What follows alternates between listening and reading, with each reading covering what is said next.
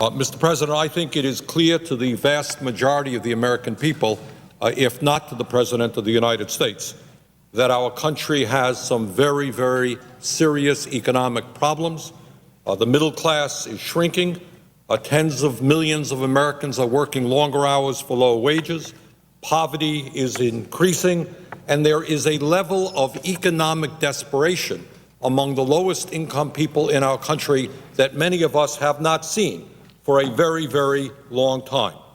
Mr. President, as we speak, senior citizens in the state of Vermont are finding it extremely difficult to pay for their home heating fuel bills, which are soaring as they are seeing record-breaking levels of cost for home heating oil. Emergency food banks in the state of Vermont and throughout this country are literally running out of food because many low-income working people are simply today not being able to earn enough money to purchase the food they need for their families. Homeless shelters are running out of beds. We have some major economic problems, and the time is long overdue for this Congress to begin to address them. Mr. President, as we discuss an economic stimulus package, there are members of the Senate and there are many Americans who have appropriately raised questions about the amount of money that we intend to spend in an economic stimulus package. And there are people who point out quite correctly that in this country today we continue to have record-breaking deficits. We have a huge national debt. And all of that is a very legitimate concern that I share. And that is why we should not be heeding the advice of the President, who in his State of the Union address urged us to extend hundreds of billions of dollars in tax breaks to the wealthiest 1% of our population. No, I don't think that the wealthiest people in this country need more tax breaks. I think we've got to start focusing our attention on the needs of the middle class, on working families, on those Americans most in need. Mr. President, at this point, let me give thanks to our friends in the House who passed an economic stimulus package which has started the ball rolling. Now, with the legislation that we are debating here in the Senate, it is our job to improve upon what the House did, and I hope that we will be doing exactly that. While the House bill has a number of important attributes, the stimulus package passed yesterday in the Senate Finance Committee is in fact a much better and a far more significant piece of legislation. The Senate bill, among other things, understands that low-income senior citizens across this country are facing very, very serious economic problems, and like low and middle-income working people, they need help. Senior citizens, every week that I go back to Vermont, tell me that they cannot survive on their Social Security checks and that the cost of living COLAs are too small. They cannot find the money that they need to heat their homes. They are having a hard time purchasing the food that they need. And that is why I very strongly support the provision in that legislation passed by the Senate Finance Committee, which will enable over 20 million senior citizens to get a one-time $500 tax rebate. This is money that will be a part of an economic stimulus because these are some of the people most in need who will certainly be spending that money quite quickly, helping to create jobs in the process. So I would urge all of my colleagues in a nonpartisan way to stand with the hard-pressed, low-income senior citizens of our country and support the provision in the Senate Finance Committee bill, which says that we are going to provide a tax rebate to senior citizens. They cannot and must not be excluded from the economic stimulus package. Further, the Senate bill does another very important thing in reaching out to our disabled American veterans, many of whom are also struggling economically. By definition, these are people who have been disabled defending the United States of America. They must not be forgotten as we discuss an economic stimulus package. And at the very least, what the Senate Finance Committee did will provide a rebate for some 250,000 of those veterans, and perhaps even more. That is the right thing to do from a moral perspective.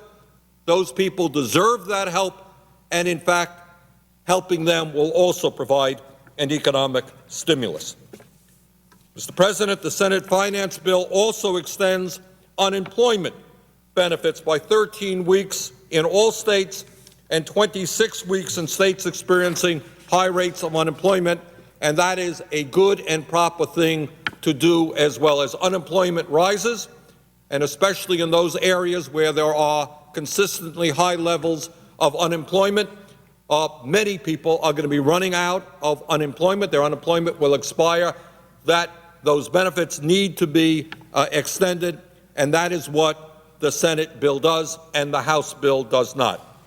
So in my view, the legislation coming out of the Senate Finance Committee is a more significant piece of legislation than that passed in the House in helping those people who are most in need, and it is also more important in terms of providing the economic stimulus our economy needs. But to be very frank with you, what came out of the Senate Finance Committee is an important step forward, an important improvement over what existed in the House, but we need on the floor of the Senate to do much more than what was in the Senate Finance Committee. For example, the Senate Finance Committee bill does not provide any funding for food stamps. Mr. President, according to the U.S. Department of Agriculture, over 35 million Americans struggled to put food on the table last year. And the number of the hungriest Americans, those people who literally do not have enough food every day, that number goes up and up and up. Economists from different political persuasions, both the left and the right, have told us that food stamp benefits would be one of the best ways to stimulate the economy. So once again, you're dealing with the moral issue that as the United States of America in the year 2008, we should not tolerate a situation where any American goes hungry, where food banks are running out of food. That is not what America should be about. And second of all, as we expand the food stamp program, we create a very important economic stimulus. By definition, if people don't have enough food to eat, they are going to spend that money. They're going to spend it on food which is by and large grown in the United States of America, and we're going to create jobs in that process. So my hope is that, again, in a bipartisan or tripartisan manner, the Senate will add food stamps to the economic stimulus package.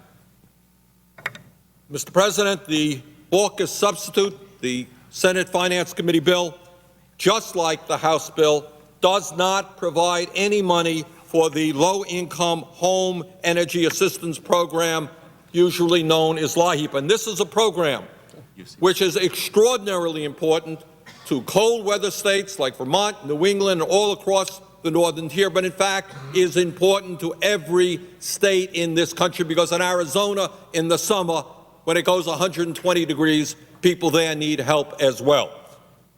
Right now, in the state of Vermont and all over this country, we have senior citizens and low-income people struggling, tearing out their hair, trying to figure out how they are going to pay to heat their homes when the cost of home heating oil is now well over $3 a gallon.